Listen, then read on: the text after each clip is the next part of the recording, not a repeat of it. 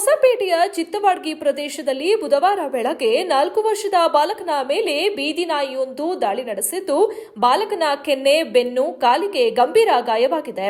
ಚಿತ್ತವಾಡ್ಗಿ ಕಾಕರ ಓಣಿಯ ಗಂಗಪ್ಪ ಅವರ ಪುತ್ರ ಪರಶುರಾಮ ಮನೆ ಸಮೀಪ ಆಟವಾಡುತ್ತಿದ್ದಾಗ ಒಂದು ನಾಯಿ ದಾಳಿ ನಡೆಸಿ ಆತನ ಕೆನ್ನೆಯ ಮಾಂಸ ಕಚ್ಚಿ ಎಳೆದಿದೆ. ಜೊತೆಗೆ ಬೆನ್ನು, ಕಾಲಿಗೂ ಗಾಯವಾಗಿದೆ. ಮಹಾರಾಷ್ಟ್ರ, ತೆಲಂಗಾಣ ಮತ್ತು ಆಂಧ್ರಪ್ರದೇಶದ ರಾಜ್ಯಗಳಿಗೆ ಗಡಿ ಹಂಚಿಕೊಂಡಿರುವ ಕಲ್ಯಾಣ ಕರ್ನಾಟಕದ ಕಲಬುರಗಿ ಮತ್ತು ಬಳ್ಳಾರಿಯಲ್ಲಿ ಮಾದಕ ವಸ್ತುಗಳ ಸೇವನೆ ಮತ್ತು ಮಾರಾಟ ಪ್ರಕರಣಗಳು ಹೆಚ್ಚಾಗುತ್ತಿದ್ದು, ಕಲ್ಯಾಣದ ನಾಡಿಗೆ ಅಪಕೀರ್ತಿ ತಟ್ಟುತ್ತಿದೆ. ಕಲ್ಯಾಣದ ಹೆಬ್ಬಾಗಿಲು ಎಂದು ಕರೆಸಿಕೊಳ್ಳುತ್ತಿರುವ ಕಲಬುರಗಿ ಈಗ ಗಾಂಜಾ, ಅಫೀಮು ಸೇರಿದಂತೆ ಮಾದಕ ವಸ್ತುಗಳ ಮಾರಾಟ ಮತ್ತು ಸಾಗಣೆ ಪ್ರಕರಣಗಳ ಹಣೆಪಟ್ಟಿಯನ್ನು ಕಟ್ಟಿಕೊಳ್ಳುತ್ತಿದೆ.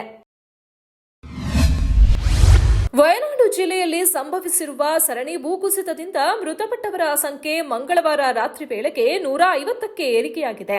ಸಾಕಷ್ಟು ಮಂದಿ ನಾಪತ್ತೆಯಾಗಿದ್ದು, ಸಾವಿನ ಸಂಖ್ಯೆ ಹೆಚ್ಚಾಗುವ ಆತಂಕವಿದೆ. ಜಿಲ್ಲಾ ಕೇಂದ್ರದಿಂದ 25 ಕಿಲೋಮೀಟರ್ ದೂರದಲ್ಲಿರುವ ಮೆಪ್ಪಾಡಿ ಪಟ್ಟಣದ ಸಮೀಪದ ಚೂರಲ್ಮುಲಾ ಮತ್ತು ಮುಂಡಕ್ಕಿ ಪ್ರದೇಶಗಳಲ್ಲಿ ಸಂಭವಿಸಿದ ಭೂಕುಸಿತದಿಂದ 130 ಜನರು ಗಾಯಗೊಂಡಿದ್ದಾರೆ. ಮುಖ್ಯಮಂತ್ರಿ ಸಿದ್ದರಾಮಯ್ಯ ಅವರ ಸೂಚನೆ ಮೇರೆಗೆ ಸಚಿವ ಸಂತೋಷ್ ಲಾಡ್ ಅವರು ಪ್ರವಾಹ ಪೀಡಿತ ವಯನಾಡಿಗೆ ತೆರಳಿದ್ದಾರೆ. ಪ್ರವಾಹ ಪೀಡಿತ ಪ್ರದೇಶದಲ್ಲಿ ಪರಿಹಾರ ಕಾರ್ಯಗಳು, ಸಂತ್ರಸ್ತರ ರಕ್ಷಣೆ ಸೇರಿದಂತೆ ಅಗತ್ಯ ಎಲ್ಲಾ ರೀತಿಯ ನೆರವುಗಳಿಗೆ ಕೇರಳ ಸರ್ಕಾರದ ಜೊತೆ ಕೈಜೋಡಿಸಿ ಜನರ ಜೀವ, ಆರೋಗ್ಯ ರಕ್ಷಣೆಗೆ ನೆರವಾಗುವಂತೆ ಮುಖ್ಯಮಂತ್ರಿಗಳು ದೂರವಾಣಿ ಮೂಲಕ ಸೂಚನೆ ನೀಡಿದ್ದಾರೆ.